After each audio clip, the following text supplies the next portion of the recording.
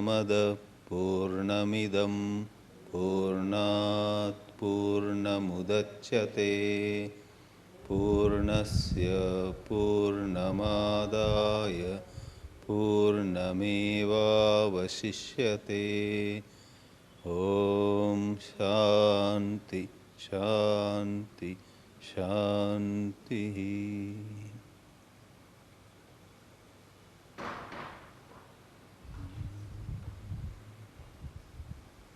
शान्ताकारं भुजगशयनं पद्मनाभं सुरेशं विश्वाधारं गगनसदृशं मेघवर्णं शुभांगं लक्ष्मीकान्तं कमलनयनं योगिहृद्ध्यानगम्यं वन्दे विष्णुं भवभयहरं सर्वलोकैकनाथम्।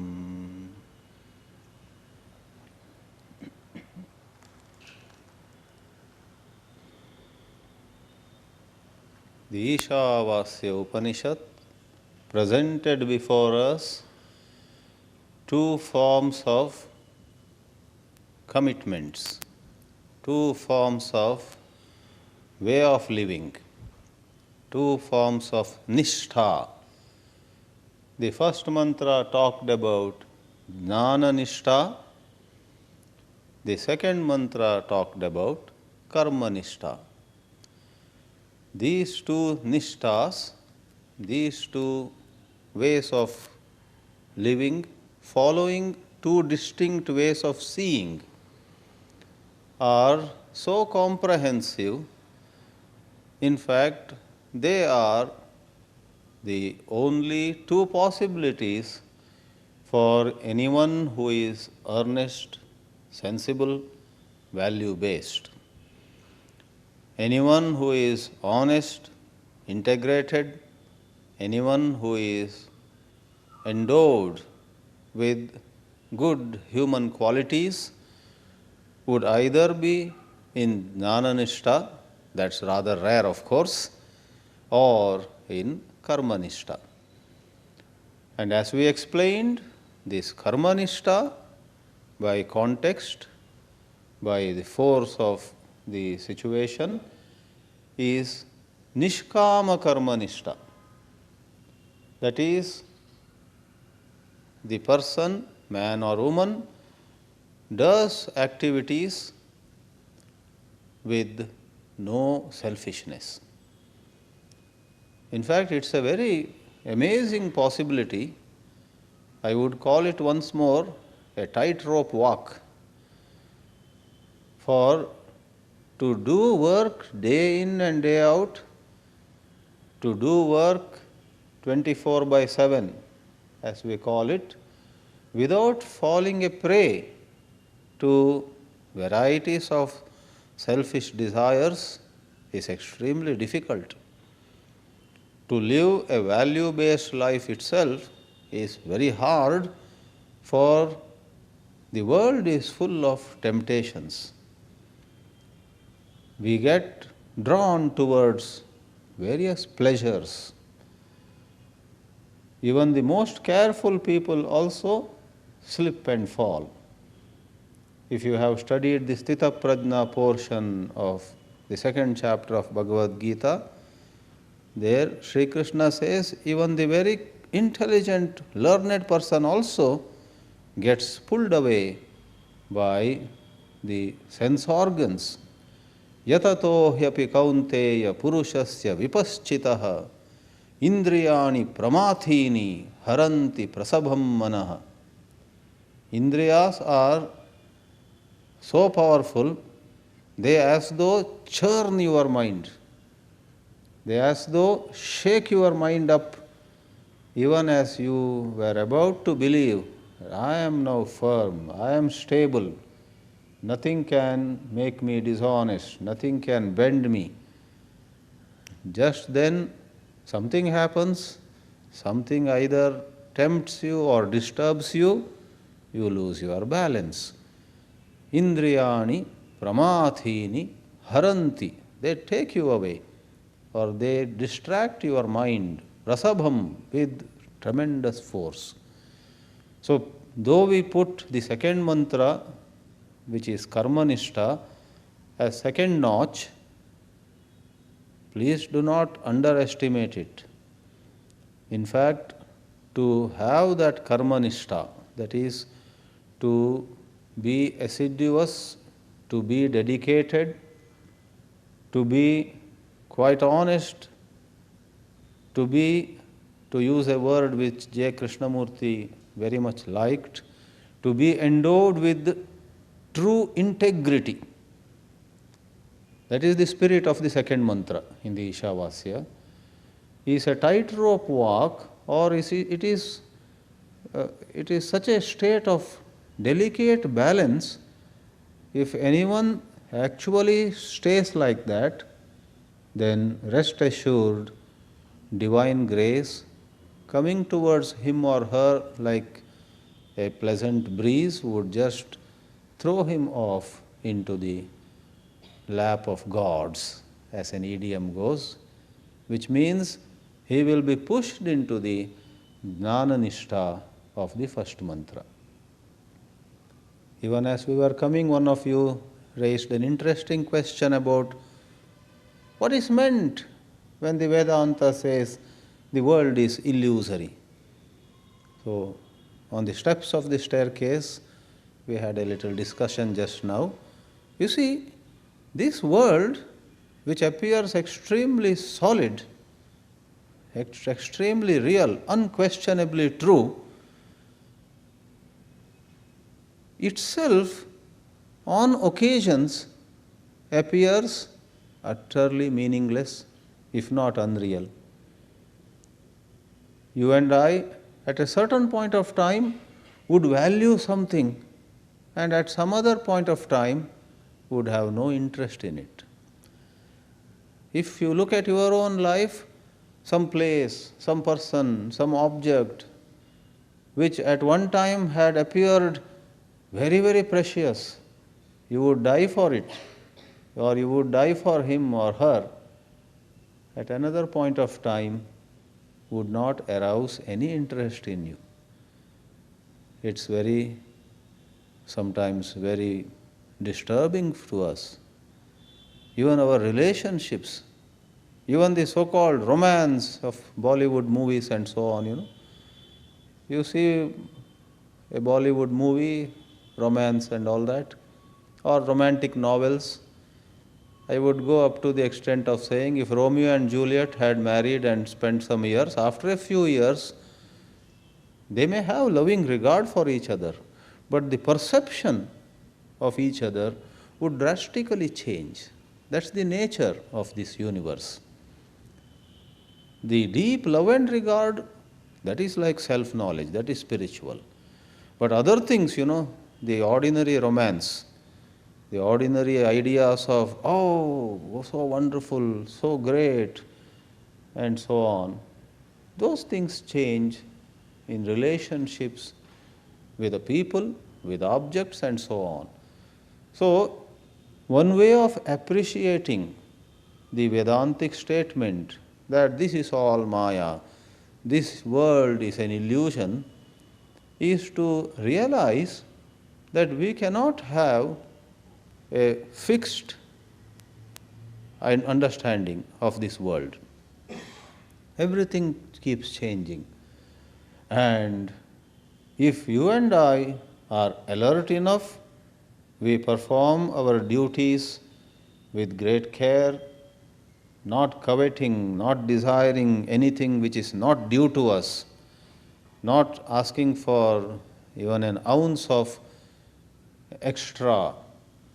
We collect what is due to us, and in all dignity, in all grace, we move on.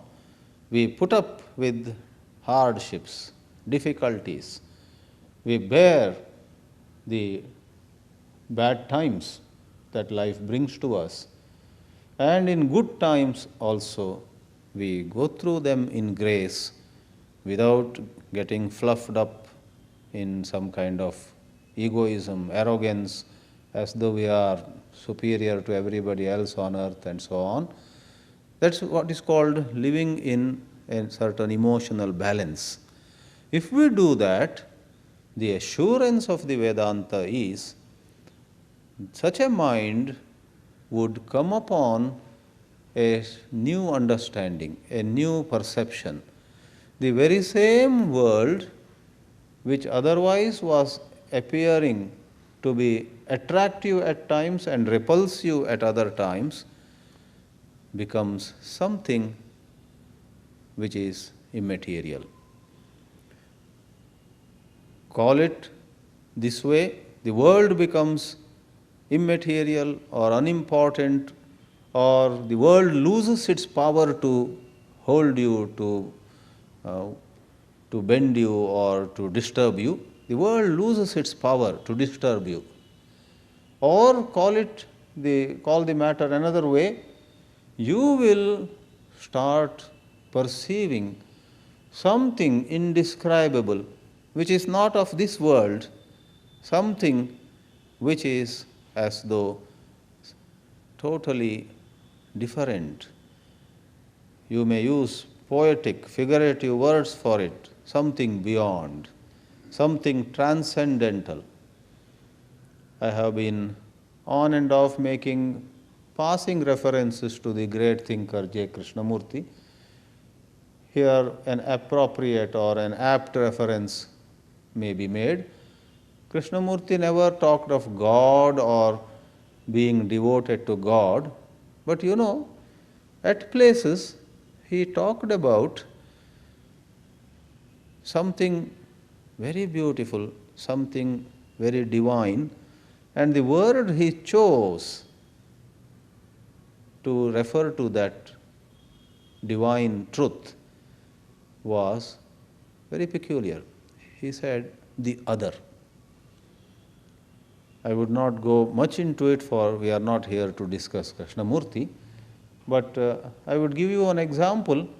One of his statements went like this: where the self ends, by self he always meant the ego, I, me and my. Where the self ends, one comes upon the other. In traditional language, we say where our egoism, ahankara, mamakara, etc. end, we realize God. We have fantastic words, God and Brahman and absolute reality and Parabrahma and Paramatma. We have so many words. And J. Krishnamurti somehow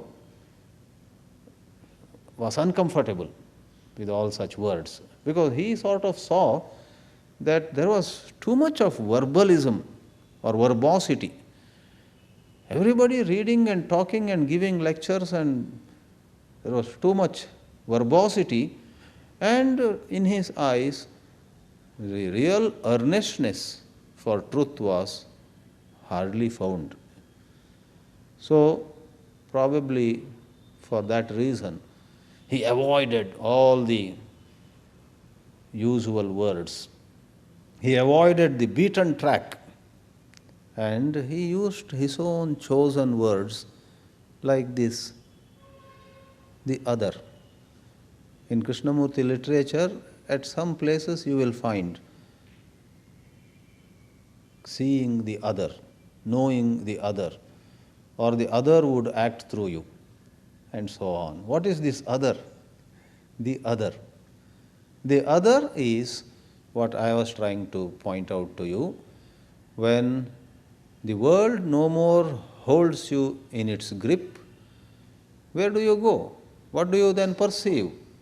What do you then experience? That is the other. Even Upanishads do use sometimes. In fact, it is not a totally new word.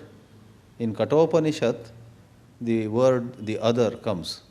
There is a shloka, na pranena, na apanena, not by prana, not by apana, anyone lives on this earth, but itarena tu jivanti yasmin etau upashritau. Itara. See the Sanskrit word itara, which is there in our other Indian languages too. Itara. Itara means the other. Itarena tu jivanti. Yasmin etau upashritau. We think that it is prana that keeps us alive. It is apana. They are from pancha pranas. Somebody says it is the pulse. Somebody says it is breathing. Someone says as long as the heart beats or the brain works, science has its versions, and other sciences, other shastras have their versions. But Kathopanishad of this very Veda, Yajurveda, see, the Ishavasya belongs to Shukla Yajurveda. Kathopanishad, Taittiriya Upanishad, etc. are essays found in Krishna Yajurveda. They are all from the same Veda, Yajurveda. Kathopanishad says it is not prana or apana, it is not breath or pulse or any of those. There is something, and the word used in that mantra is itara, itarena, by something else, the other. Itarena tu jivanti yasmin netau upashritau. So, before taking up the next mantra now, I would like you to see that the Jnana-nishta is with reference to those blessed few who somehow call it purva samskaras, call it their own tapas, their own sadhana for years or for even lives. It refers to those who somehow have come to look at the world, the objects of the world, with distrust, with suspicion, whereas vast majority of us have no doubt about the objects of the world. Leave alone a real car, even an advertisement in a magazine or on the television makes us open our mouth wide open. Leave alone a real pretty woman, even a picture or again television, cinema and so on, makes the men, oh, how beautiful and so on. In the same way, food, clothes, everything. Leave alone the real one, even the picture of it. That is what I say. We do not distrust or we do not suspect the world. We have gone headlong into the world. This world is real.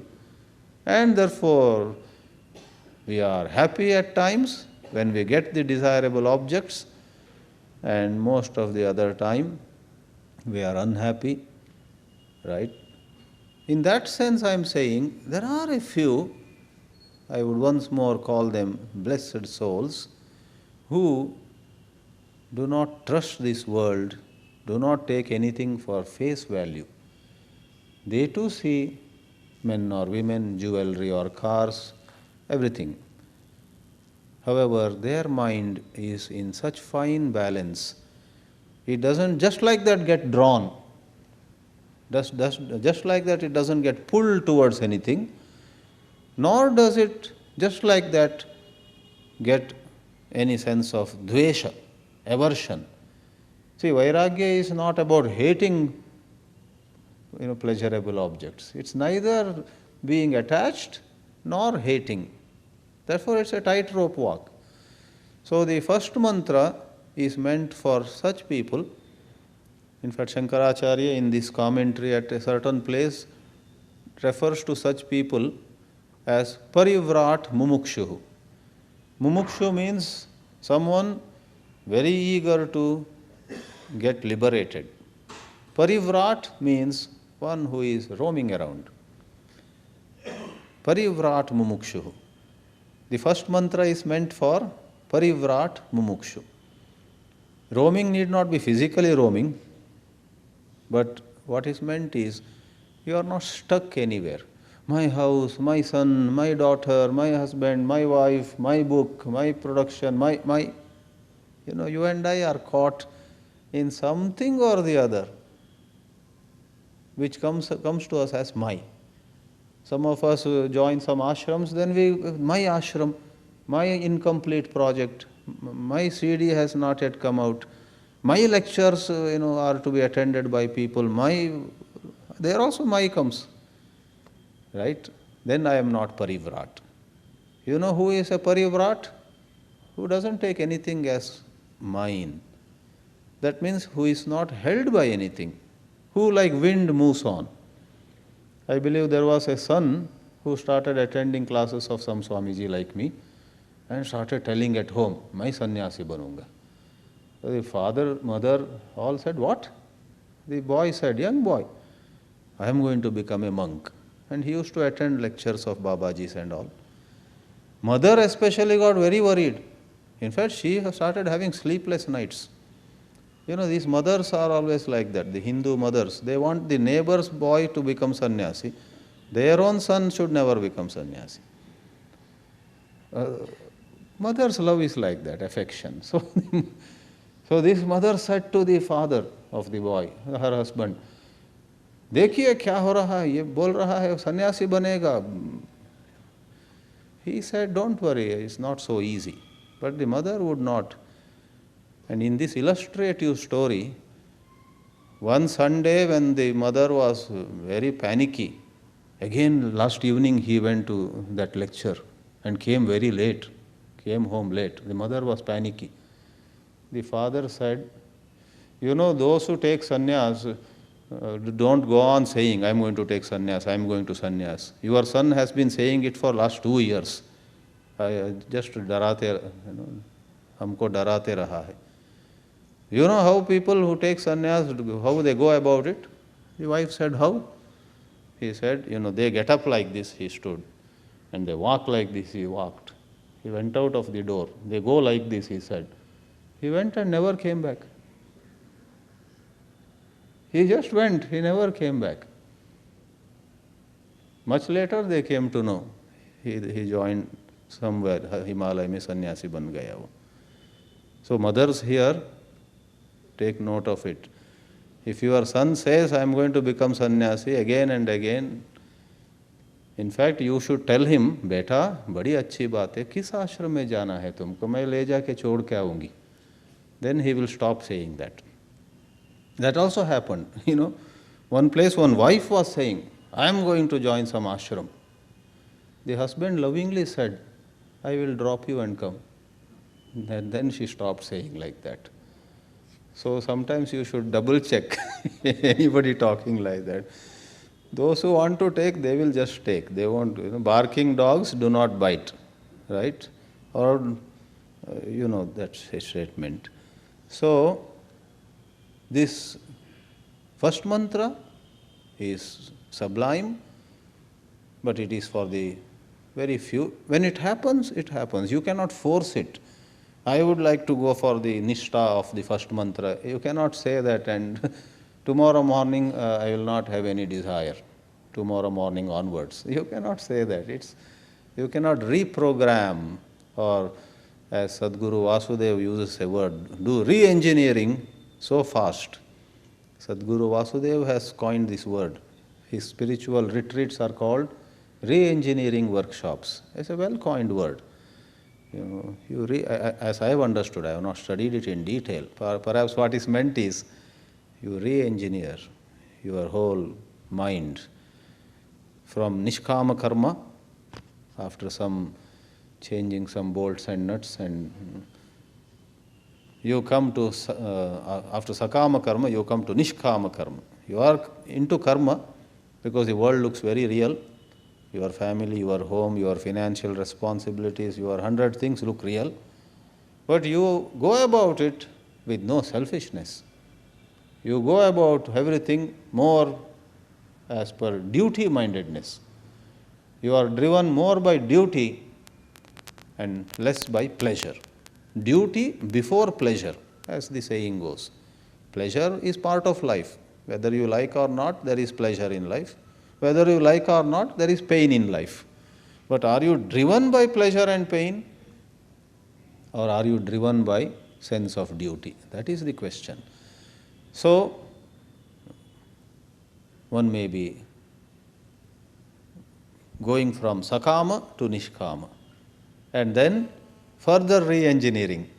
From nishkama, you come to such a perception where spontaneously, without having to persuade yourself, naturally you remain contemplative, you remain God conscious, you remain in a state of no egoism, and that state, once more, naturally makes you a parivrat, a mumukshu.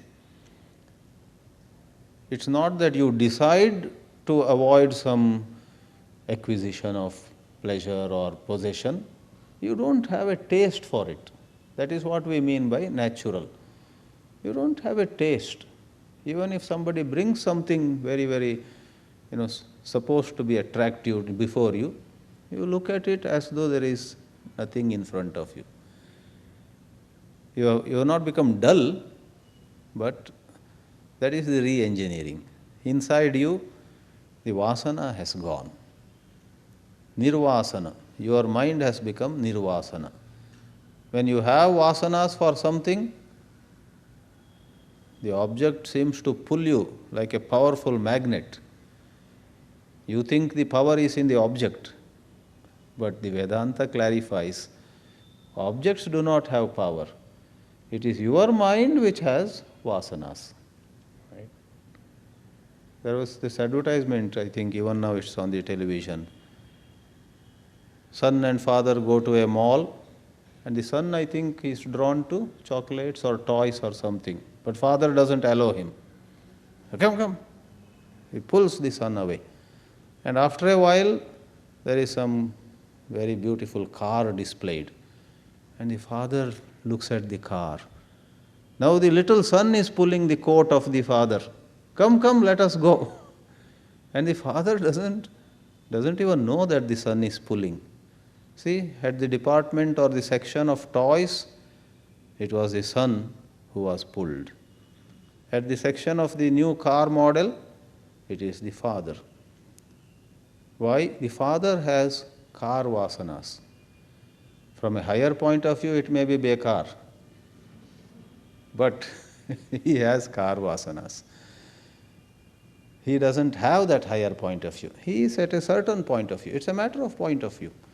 The son has toy vasana, right? Somebody else may have food vasana. It's like that. So, please understand this. The different nishtas, the different domains happen in some mysterious way. There is not so much that we can do about it. There is a little we can do. In fact, all saints and sages say to us, do the little that you can, rest of it God will do.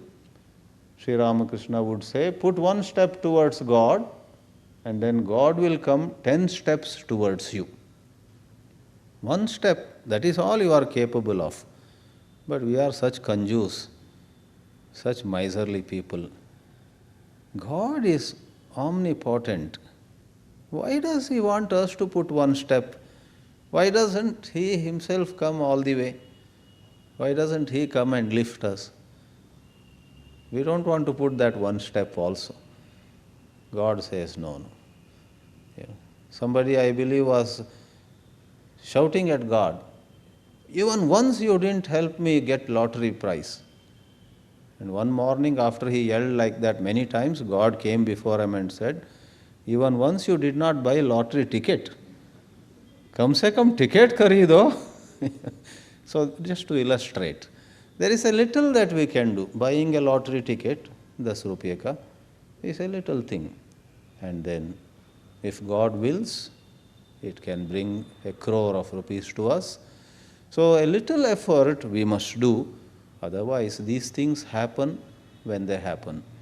Yesterday we saw these puzzlesome mantras, 4 and 5, in which the pure self, the Atma Tattva, which we repeatedly described as pure awareness, was described in apparently contradictory words. It was said, it moves and does not move and all that. And we said, movement, or for that matter, no movement, are all perceived by the mind, and mind itself rests in the space of awareness. Therefore, to that glorious principle of Sat Chit, pure existence awareness, in which the mind is, as the English idiom goes, the mind is like a drop in the bucket. To that Atma Tattva, you can neither attach the description it moves, nor attach the description it doesn't move. It is transcendental. Now we have two mantras, 6 and 7, which are in a way different, but in another way they throw more light on the same Atma Tattva, the truth of the pure self, the truth of who you really are. Self-realization, what it could do to us, is described, and these two are in fact very poetic, very sweet verses, can be very inspiring even to those who have a bit of taste for good literature. All our scriptures are like that. There are some portions which have poetic beauty. Sometimes it can be deceptive. You say, I enjoy this so much, and you think you enjoyed truth. But you may realize that you actually enjoyed the poetry there, literature there. Just like sometimes we go to a satsang and come back very delighted. I'm so happy that satsang was wonderful. Our awareness is so poor, we do not realize that it was not the love of God that we enjoyed, but the good prasad was served there. And it was an air-conditioned hall. And the people whom I would like to associate with were all there. So it was the company, it was the music and dance, and finally, very nice laddu and so on. So you say, I enjoyed the satsang. Upon closer examination, you find 5% it was love of God, 95% other things. So you need to examine. So I will warn you right in advance, even as we take these two verses, suppose you enjoy, please do an extra exercise, double check whether you enjoyed the literature, literary beauty, or you enjoyed the subtle truth conveyed by the verses. Please read 6. Yastu sarvani bhutani atmanyevanupashyati sarvabhuteshu chatmanam tato na vijugupsate. Next one. Yasmin sarvani bhutani atmaiva bhut vijanatah tatra ko moha kasyokah ekatvamanupashyatah. Kasyokah ekatvam, by sandhi becomes kasyoka ekatvam. Some of you may wonder, how did he say shokah? Here it is printed only shoka. That is, we talked about it. Sunday rules, sandhi rules, not Sunday rules. So that was grammar, leave it aside. Both the verses talk of the evaporation of the ego in that parivrat mumukshu, in that intense seeker of truth, in that passionate seeker of liberation, who does not anymore want the passing pleasures or the tickling egoistic gratifications from this world, who has seen it all, who doesn't hate them, but he has put them in their proper places. Now his or her eyes are set upon the supreme truth. In the language of Bhakti Yoga, we say, now this mumukshu wants God and God only. It is said, Sri Ramakrishna, the champion of Bhakti Yoga, used to roll on the ground crying. So many days have passed and yet I have not had the vision of my mother Kali. See, he was such an evolved soul, Sri Ramakrishna. I mean, his devotees take him to be an incarnation of God himself. So evolved, and yet he was so miserable that he has not had darshan of God.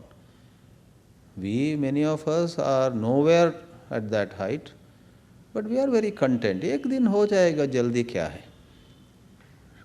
Vision of God, darshan of God, it's all right. Let the IPL league get over. Let the 2020 series get over, or let that show or this festival get over. Afterwards, I have all patience. I don't believe in putting pressure on God. God, take your time. I think other day I told you. So to somebody, God appeared on Tuesday morning. And this man said, God, can we meet on weekend? He was not ready. Sri Ramakrishna was burning with a desire for darshan of God. So, some bug gets into them. How we wish such a bug enters into us. So far we are not bitten by that bug. So we are bitten by the bug of the world. But some of these mumukshus are bitten by the bug of love of God. So that parivrat mumukshu, even as his mind soars high, even as his or her mind rises above the likes and dislikes of the world, cravings of the world, or hurt of the world. Some of us apparently don't crave for anything. We say, I have no desire, but I am very pained. I am hurt by what my so-called near and dear ones have done to me.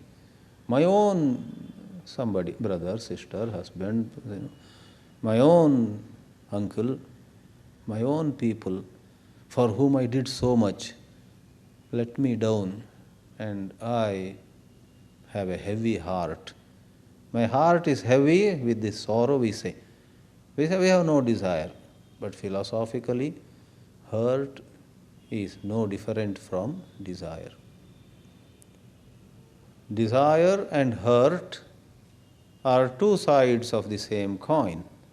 I desire appreciation from you, you do not appreciate me, then I am hurt. I desire praise from you, I desire support or sympathy or something from you, you either don't give to me, or what is worse, you give something opposite of it. I am not able to relate with people in true detachment. Knowingly or unknowingly, I am stretching my hand. Give me money, give me praise, give me love, give me. And when it doesn't come, money or love or praise or regard or appreciation or whatever, then that desire, I'm not blaming it, it is there in all of us, the speaker is not excluded from it, all of us have it. I'm only throwing light on how life goes on. When what we desire by stretching that hand doesn't come to us, we get pained, sometimes angry, sometimes sad, and what not. However, as the mind becomes purer and purer, that is what I was describing, the seeker rises above such cravings of the world, does her duty, performs all her work, discharges her responsibilities, even as she gives to her people whatever is due to them. Suppose those people appreciate it, thank her, she is happy. Suppose for some reason they don't thank her, they curse her, she may feel a bit pinched. But to use once more the language of bhakti, she would just say, Krishna Arpanamastu. What is Krishna Arpanam? The person who you thought would praise you criticized you. You just forwarded that criticism. Sri Krishna, take it. Forwarding, You may get sometimes an email, somebody mistook you for somebody else. And this is for that person. And her email is slightly different. We both have same name. I am also Geeta, she is also Geeta. So I am Geeta Chandran, she is Geeta Shankaran. So Geeta Shankaran's email has come to me, I am Geeta Chandran. But we are friends. So what you do? Oh, okay. You forward it to Geeta Shankaran. Maybe give a call also. Geeta, your email came to me. Please check in your inbox. So it just, and that email meant for the other Geeta might be praise or might be insult. हमको क्या उससे? In fact, I would not read also. If by mistake I read 2 lines, that also doesn't matter. So here is forwarding. Praise I get or the insult I get, I say Krishna Arpanam. Forward it to Sri Krishna. And Sri Krishna can take it all. He has infinite patience. In fact, he enjoys. It is spice for him. Insult, praise, all are good for him. He went on smiling when Shishupala, right? Gali diye, gali dete gaye. And Sri Krishna was smiling. He had a tray with number of flowers. 1, 2, 100 or 1000 it was? 100. So, 99. 100th gali when Shishupala gave, then Sri Krishna, that too pretending to be angry. Why should he be angry? All are his children only. But he plays a role. What is that? Dharma pratishtapanaya. Yada yada hi dharmasya glanirbhavati bharata. Abhyutthanam adharmasya tada atmanam srajamyaham. Paritranaya sadhunam. To protect the sadhus, that is pious people on the earth. And vinashaya cha dushkritam sambhavami yuge yuge. That is the role he took. Therefore, he takes the Sudarshan Chakra and finishes. So do not hesitate, don't say, I don't want to trouble Sri Krishna. Krishna Arpanam. Then that is how you rise above praise and insult. So here is a seeker, and I tell you, don't underestimate yourself. Even if today you feel I am a very worldly person with lot of cobwebs and mental hang-ups and emotional confusions and hurt and pride, and even if you think that you are the worst person on earth, please do not underestimate yourself. Many such people overnight have changed. In fact, you see the lives of many saints, they were criminals also. They were dakus, luteras, they were thieves, they were robbers, they were prostitutes. In the Puranas, etc., we find they were everything. But then, in their heart, there was an intense feeling. What is it? What am I doing? They felt intensely about it, and overnight they changed. So these verses could apply to you. You could have such a perception. Suddenly, your way of seeing may change. As the verse goes here, Sarvani bhutani atmani anupashyati. And in the intensity of your self-observation, of your self-awareness, in the heat and in the light of that awareness, the ego in you, the ego is nothing but a bundle of memories. That bundle of memories called ego melts away. A while ago I said it evaporates. And when the ego evaporates, the dividing wall between the so-called others and the so-called you. I am putting the adjective so-called because This division is false. We use the word so-called, when something is actually not there. Somebody is not actually a Pailwan, a boxer, but he has made people believe, but I know the secret. Then I say, that's so-called Pailwan. If you ask me, why do you say so-called? Pailwan thode hi hai wo. He is not a Pailwan. He is not a boxer. He is weak inside. He is a paper tiger. But the so-called. So I am using that adjective here. The so-called others. There are no others. And the so-called yourself. There is no such thing as yourself. Really, we are all one. Really, there is no separation. Only in 1% of the matters, what we may call functionality. In a certain functional sense. Morning you get up, when you get up, others don't get up. And when you are sleeping, other bodies are not sleeping. There is a sense of individuality, bodily, verbally, mentally, yes. But I am calling it 1% because 99% of the times, our thought processes create a sense of separation, not on the basis of getting up or brushing the teeth or eating or drinking or all these biological and normal functions. 99% of the times, thought processes create a distinction on the basis of caste, creed, success, money, power. He is son of a member of parliament. My father 3 times contested for MLA and lost. So the sense of separation. Oh, she is a noted singer.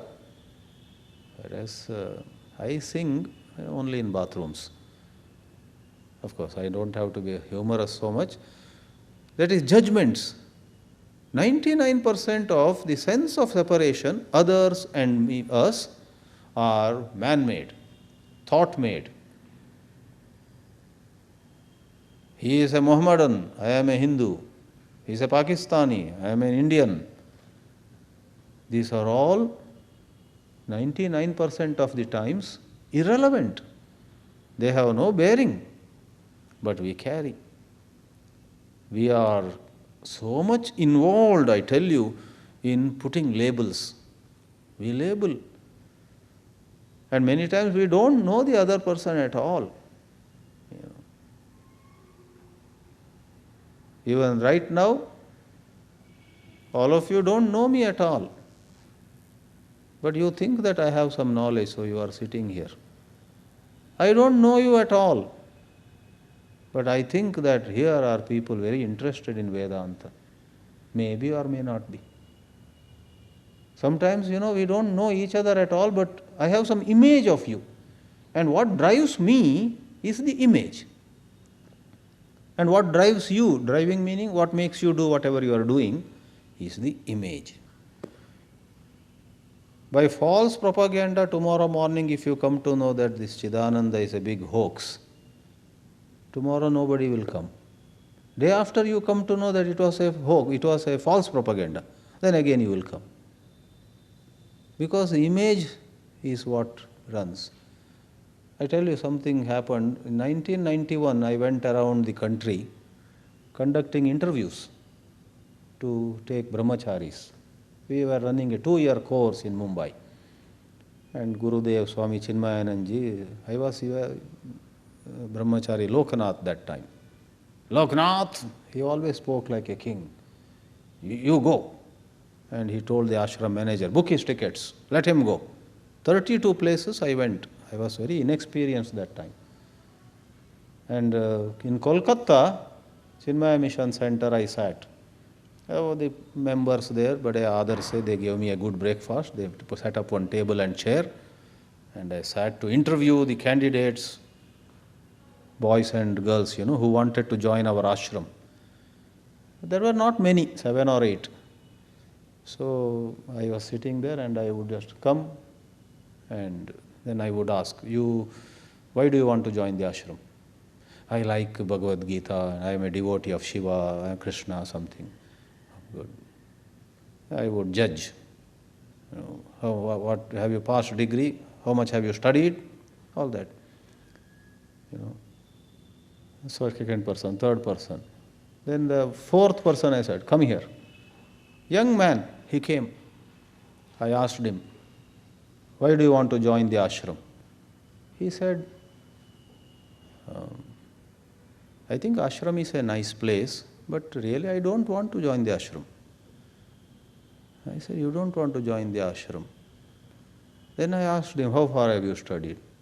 He went on answering many questions. Finally, I asked him, you say that you have studied and you want to do M.Com now, why have you come here? He said, no, I didn't come for interview at all. What? Half an hour I interviewed him very seriously.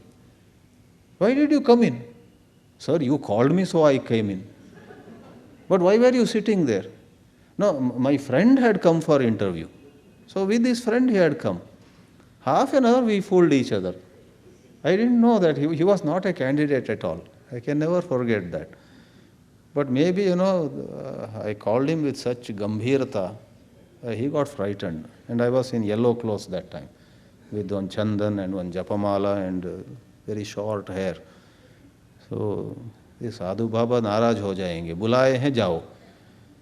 Then I realized, first question I asked, why do you want to? He said, I am not keen to join ashram. He had honestly said. That did not make me realize. I went on collecting more information. Then he said, I have done B.Com, now I may want to do M.Com. Then if I get a job in Delhi, I will go to Delhi. It agitated me. Finally I said, with all this, why do you want to join the ashram? I told you I don't want to join the ashram. Anyway, this example came.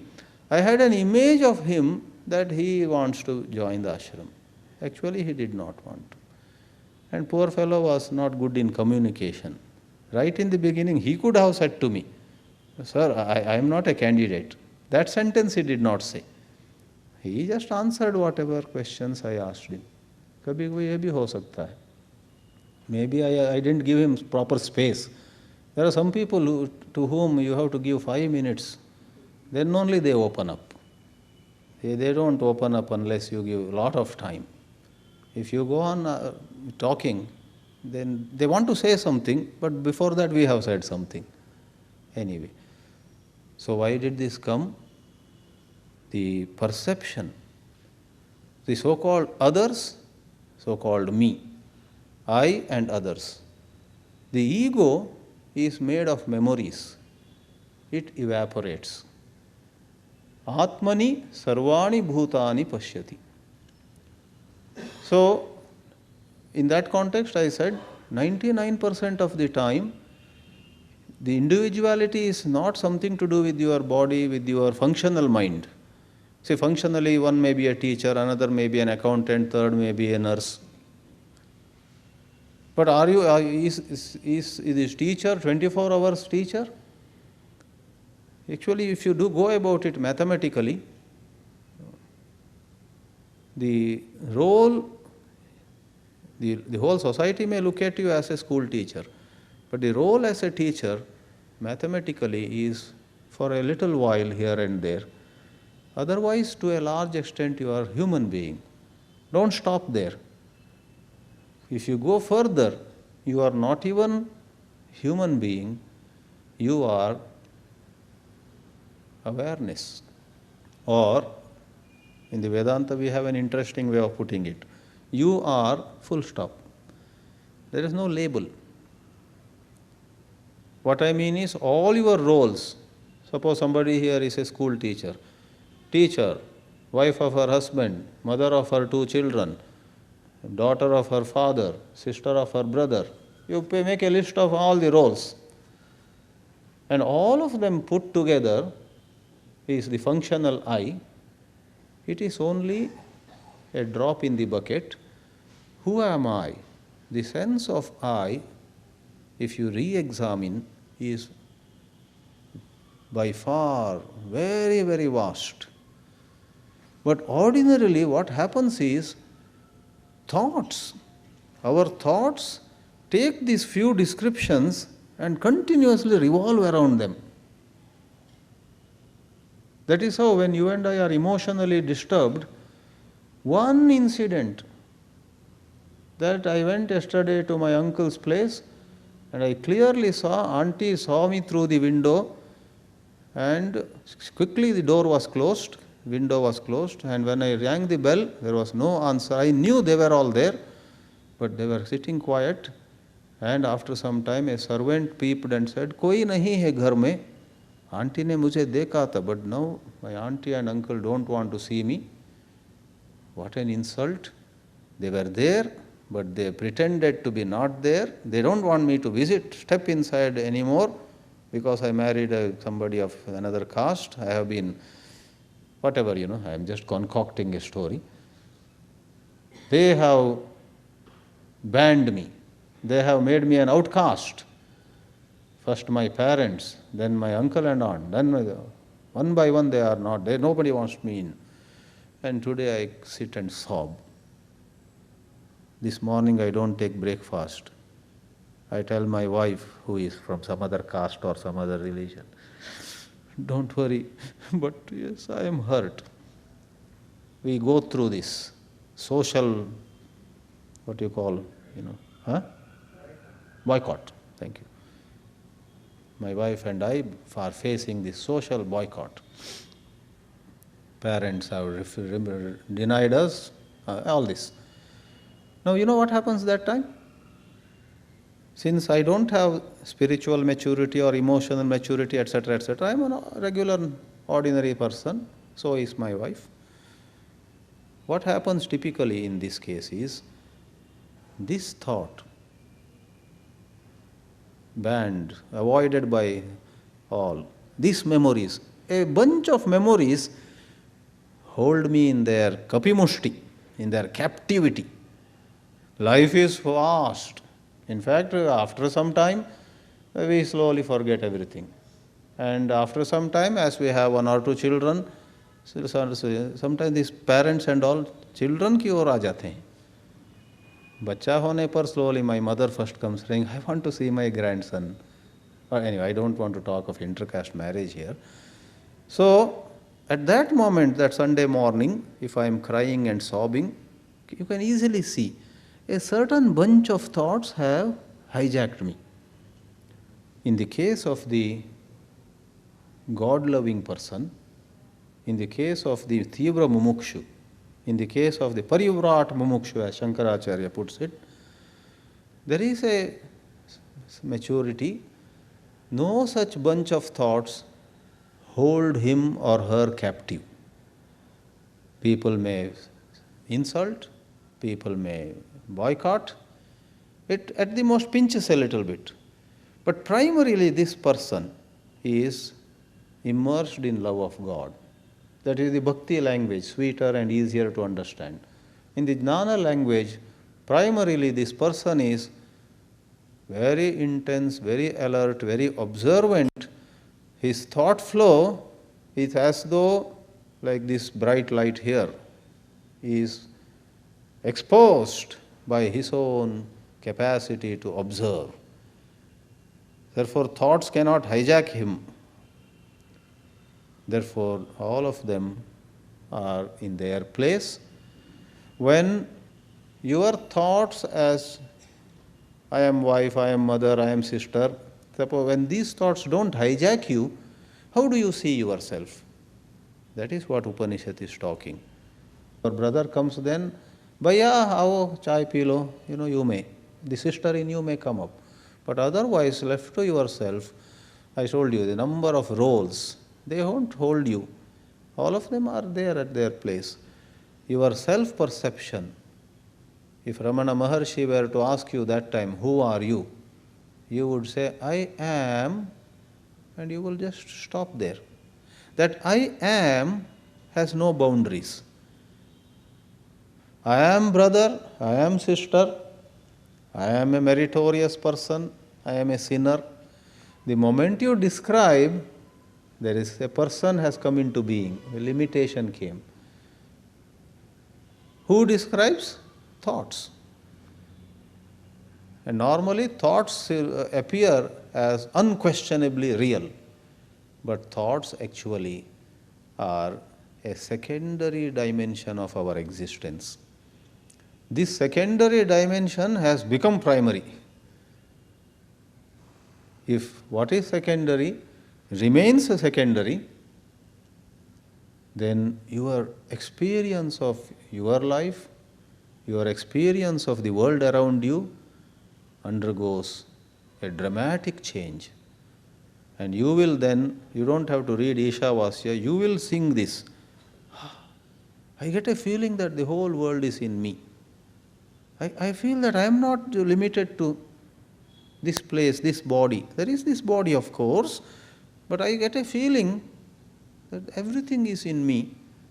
I get a feeling I am everywhere. This becomes your intimate experience.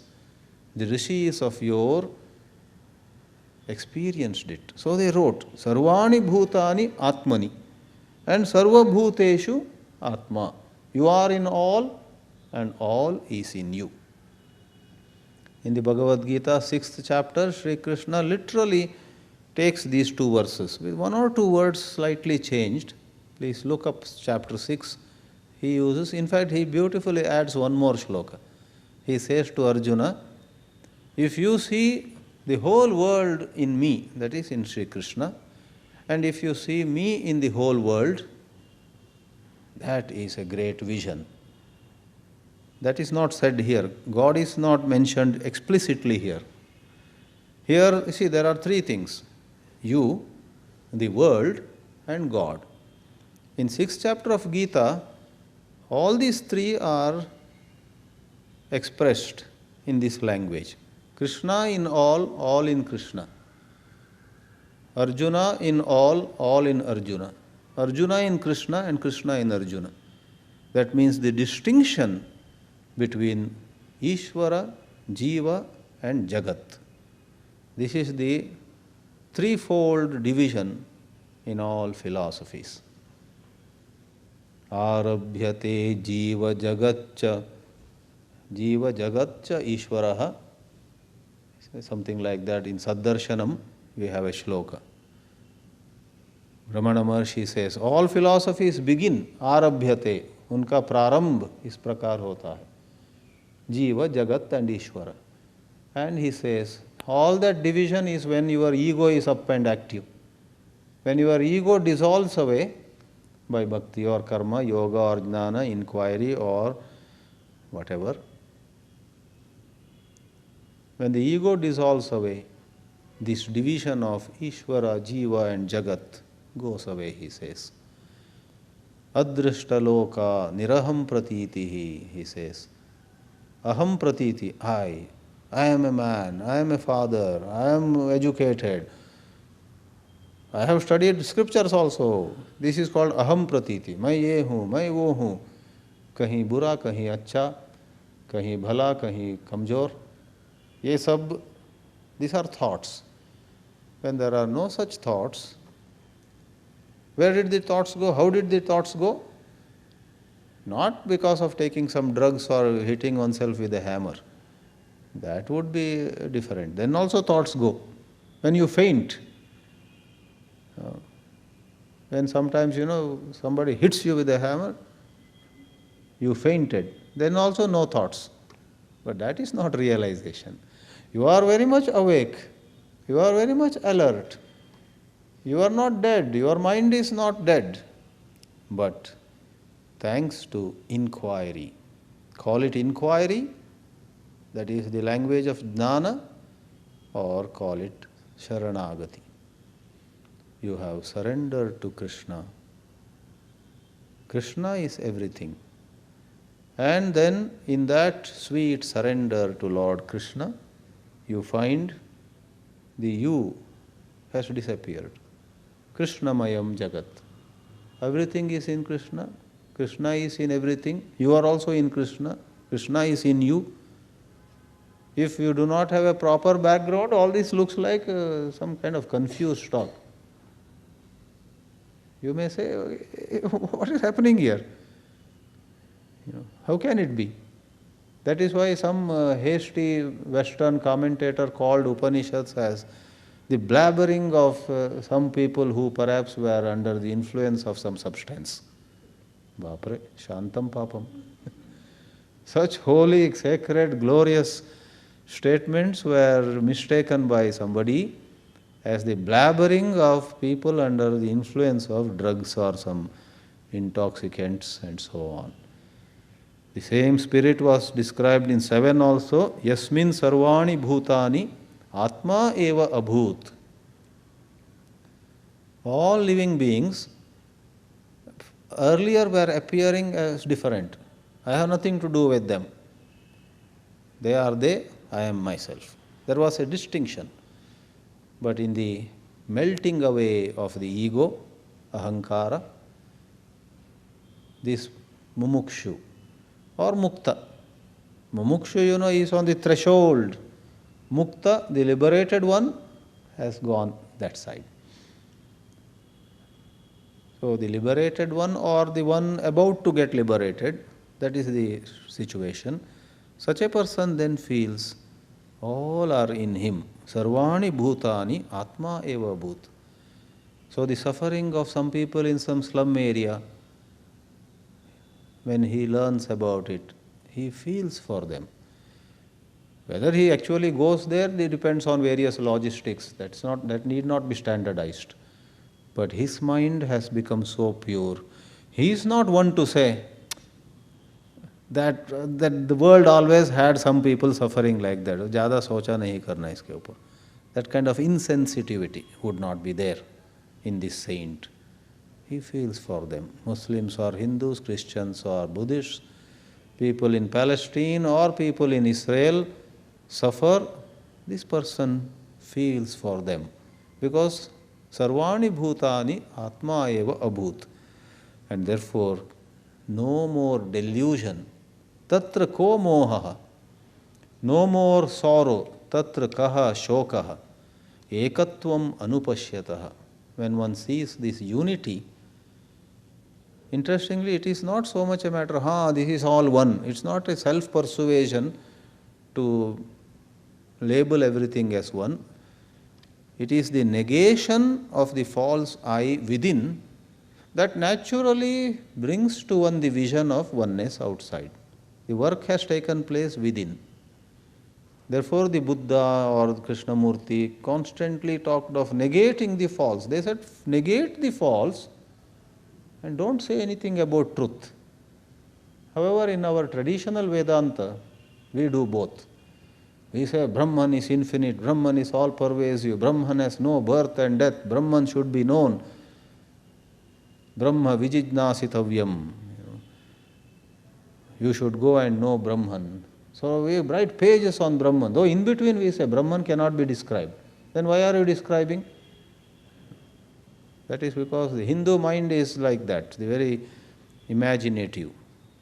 So we do it to the absolute Nirvikara, Nirguna, Brahma of Vedanta. We do it to God also. We make him Rama, we make it Krishna. As though not enough, some love Balarama, some love Bada Rama, some love Bala Shiva. Now, so there some houses I see, Lord Shiva is like little baby, and small Trishul also is there. He is sleeping. Then big Shiva, then Dadiwala Shiva bhi. So many, Bala Krishna, Muralidhara Krishna, and then with the cow, all kinds. We are, our Hindu mind somehow, the people have given explanations to it. I don't know how far those explanations are very true.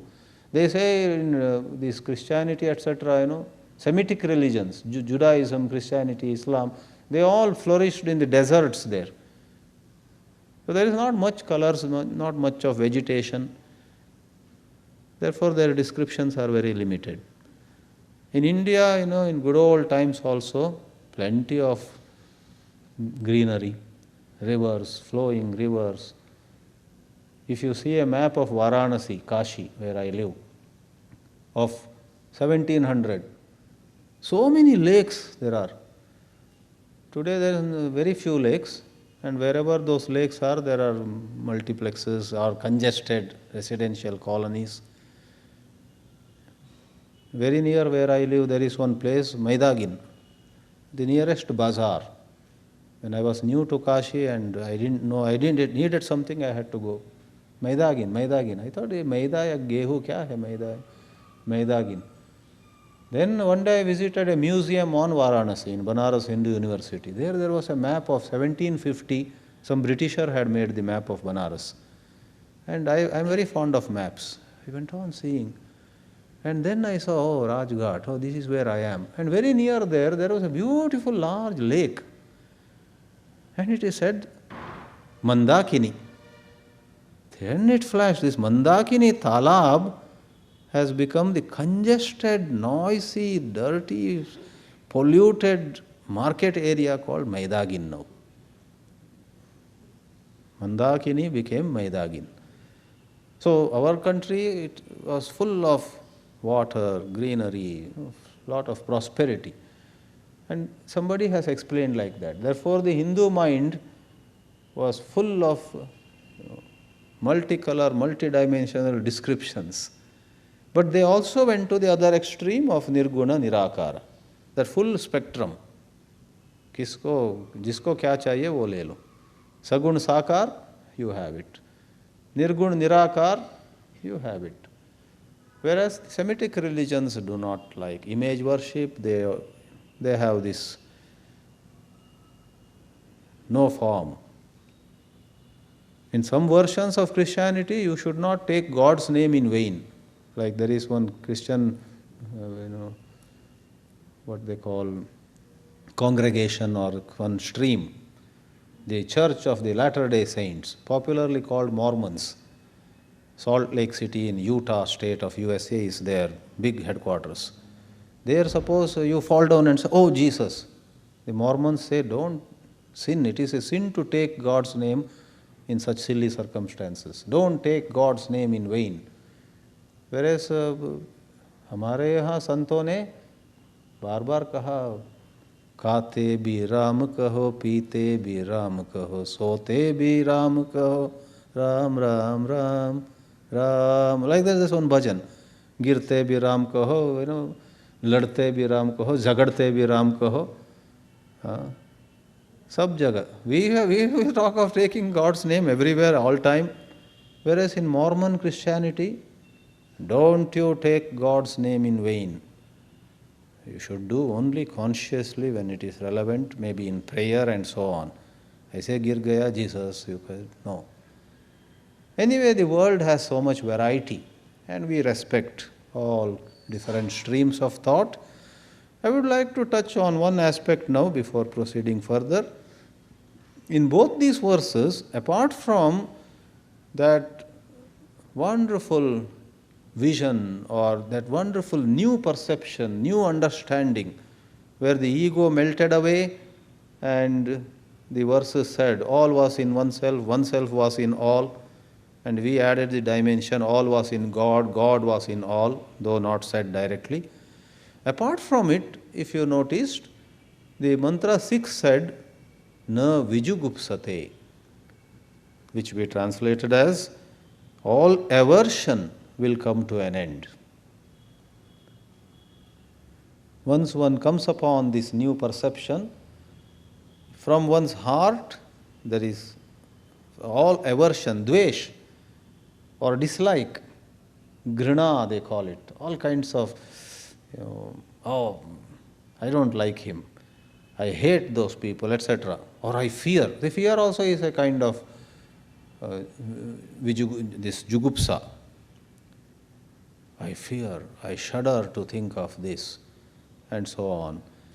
All fear and negative energy, let's generalize it, leaves the bosom of the person who comes upon this new vision. The second mantra said, Kaha shokaha, kaha mohaha. All shoka, grief, sorrow comes to an end. All moha, delusion comes to an end. In fact, the very entity which would hate, which would fear, the entity which would like something, which would dislike something, that entity disappears. Those of you who have studied a little Ramana Maharshi know how no matter what problem you take to him, he would say, who has this problem? Suppose you say, I'm having a lot of sorrow. He would ask you, who has this sorrow? You wonder whether he is hard of hearing. You would say, sir, I told you, I have this sorrow. Then Maharshi would, with a smile, I would imagine, say, what is this I? Find out. Who is this I? Who are you? Anything and everything he would bring to the question, who am I? Because shoka, moha, vijugupsa, bhayam, chinta, you name it, asuya, jealousy. This is a little subtle point, but not very complicated. Suppose I am jealous of somebody, on a superficial analysis, it seems to me that I am jealous because he has such fame, he is so successful, everybody talks about him, so I am jealous of him. Superficially, it is all about him. But tell me, if you analyze a little more, it is not all about him. Before the description of his glory starts hurting me, causing jealousy in me, in the first place, I carry in myself a description of myself. Nobody talks about me, statement 1. Or we make 2 columns. Nobody talks about me, all are talking about him. I have a small house and already the owner of the house is asking me to vacate. Kiraye par hai. He has a big bungalow and most of the rooms are not used at all. Such a big. I have only a second hand Maruti. He has see the 2 columns. Whatever description of the other person is causing jealousy in me, as in the first place a description about myself, and the 2 are kept in contrast.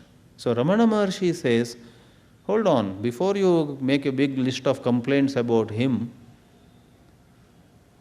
ask yourself, why do you cling? Why do you stay attached to a description of yourself? What it means is, a number of thoughts of yourself are, as I used the word before, hijacking you. You are in the grip of thoughts. Even if you were to go to Kedarnath in the Himalayas, standing before Lord Shiva, you would say, Lord, I am only a junior clerk. I have come to have your darshan. Did God ask you your profession or what you are, etc.? But you are filled with these thoughts of, I am this, I am that, I am this, I am that. Just like, this jati abhimana is there in some people. I am a Brahmin, I am a Kshatriya, I am this, I am a doctor, I am an engineer, professional abhimana. In many places, nobody is asking you, but you carry that thought. So it all comes down to just this. If you examine what's happening in you, thoughts are holding you and then as though pulling you left and right, twisting your arm. You are at the mercy of your thoughts. And here comes the description. If one were to notice what thoughts are doing, observe, and in that intense observation, thoughts start behaving better. Otherwise, they are irresponsible. Like you have 3 or 4 children at home and they are bringing the roof down, making incessant noise. You take a stick in hand and with a rough voice you say, Bacho! And if they fear, all of them sit down. I have played enough, now sit down. They sit down. I'm not guiding you on how to manage children, as an offhand example. Then the house is quiet. These thoughts are like that, very noisy. At all sorts of wrong places, first they create the sense of I, then they compare. So if you were to be free of the grip of thoughts, how would it come about? In the Jnana Marga, it is by inquiry, it is by watching, it is by, Swami Chinmayananji would emphasize on contemplation on the Upanishadic teachings. All of them are different descriptions of the same subtle process. Different teachers have highlighted different things, but it all boils down to a subtle process where, well, the taste of the pudding is in its eating. The saying goes, the final nature, the final flavor of whatever it is that you are not hijacked by thoughts. You are able to stay quiet. When necessary, as appropriate, you use thoughts. Otherwise, no. You go to Kedarnath, you say, Om Namah Shivaya, and you see Shiva alone. You forget that you are junior clerk or senior something. Nothing. Why? Who has asked you there? Though these priests are very mischievous. They ask you your gotra. They ask you where are you from. These priests are sometimes mischievous, Anyway, that is beside the point. Sometimes in temples, you go, I am just a bhakta. But the priest asks, कहाँ से हैं आप? किस जात का है? आपका गोत्र क्या है? All that.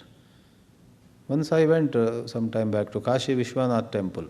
I was coming out, it's not the priest, a policeman, unnecessarily.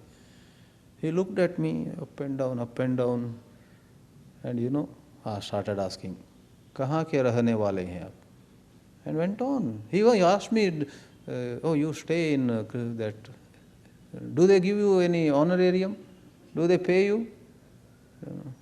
I said, वहाँ मुझे रहने का जगह मिला। अच्छी बात है, आवासीय सुविधा दिया गया है। बनारसी हिंदी, आवासीय सुविधा आपको दी गई है, बड़ी अच्छी बात है। आप दक्षिण के दिखते हैं, हाँ हम मद्रासी हैं।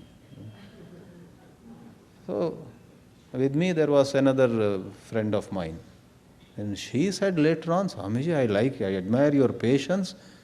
Why did you answer all those questions? I said, what patience? It is half patience and half a little fear. These police people can be nasty, Suppose you don't answer all those questions. Why do you want? Who are you to ask me? Idhar ho jaiye. Musibat. I mean, they won't do much, but my time will be wasted. So I went on answering very patiently. And the other devotee by my side was looking. And she felt that it was insulting. हमारे स्वामी जी को कौन है पूछने वाले police constable? Anyway, this ego. Now, is it priest or police is different, but many times the sad part is, hum khud hi, right? We ourselves think of who we are, and mind you, these thoughts of who we are coming at all kinds of times are the cause of our bandhan, our bondage. This I should melt away. Bhakti Marga is Krishna Arpanam. Next time you have a thought at a wrong place, nobody is asking you, but you suddenly, मैं क्षत्रिय हूँ. Suddenly, who asked? Nobody asked. Immediately say, Krishna Arpanam. Put it to Lord Krishna. Forward it. If you don't do it, you know what will happen? It will grow.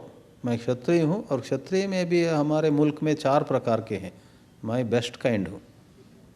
There also, sub-varieties are there. In our country, anywhere you go, Brahmins also have some hundreds of sub-varieties. Hundreds, countless. In olden days, everything was very touchy. Marriage and all, they are Brahmin, but of another kind and so on. Now the people have become very broad-minded. They just say, for our daughter, all we want is a boy. It should be a boy. No caste, nothing.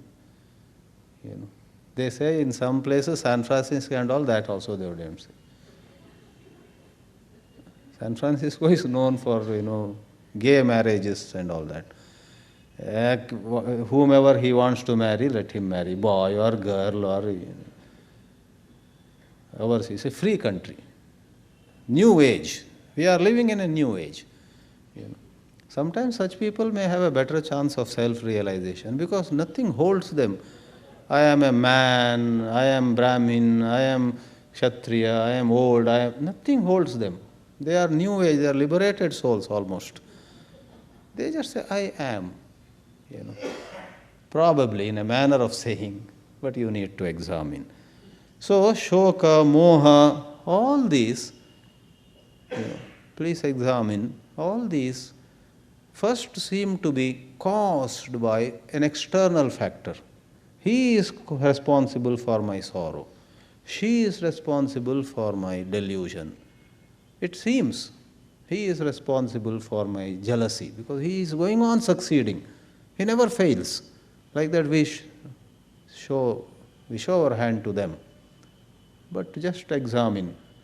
A major milestone is reached in spirituality when you become aware of your contribution. Before you say he, you have already had thoughts of yourself. You have picture. I am fond of the word picture, or call it image. A self-image has come up. That is first thing. Then your image of him. And this self-image is put in contrast with image of him. And then if that image is much bigger, my self-image is small, I feel bad. Shokaha, mohaha, all those things.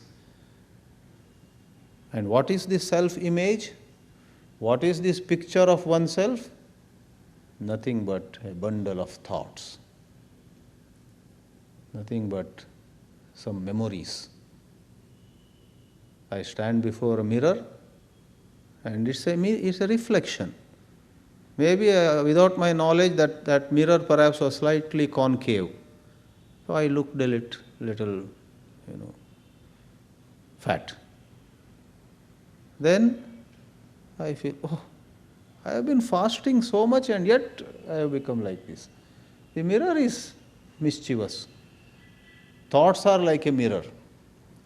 To be more precise, conditioned thoughts are like a mirror. And you and I are conditioned. We are conditioned by various propaganda, newspaper, television, what people say. They are all conditionings. We are made to believe in many things which may not be true, right?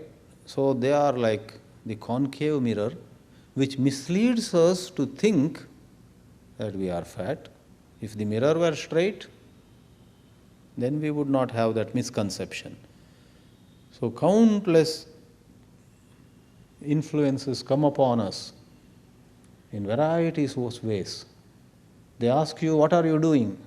And if you say, I am a businessman, there are some people, just business? Oh, I thought you were a doctor. You are not a doctor? How sad. What is wrong in being a businessman? And where is the need for everybody to be a doctor? But the world is full of various ideas, right? I need not, it's just long list. You got to be like this, you got to be like this, you got to be like this, and so on. Long ago, a friend of mine came to me, long ago, we had both just passed engineering. He said, hey, tell me how to go abroad. I said, why do you want to go abroad? In my community, unless I go abroad and come, I will not get enough dowry. I had just gone to IIT, so he thought that IIT people know how to go abroad. After we both had done engineering from an ordinary college in Karnataka, then I went to IIT. So in my summer vacation, I met him. He said, hey, you are in IIT, no? I want to ask you a question. How do you go abroad? I believe many people go abroad. I said, why? Pressure. I don't want to go actually. But my parents are saying, your engineering B is useless. You have to go abroad and come. Pakistan also will do. Bangladesh also will do. Sri Lanka, Nepal जाके आओ. कहीं भी जाके आओ. फिर हमको अच्छी लड़की मिलेगी. What a tragedy. I'm just, of course, giving a humorous example, but this is what we call concave mirror. Varieties of influences make us come under them and have a notion of I am not good, I am not okay, I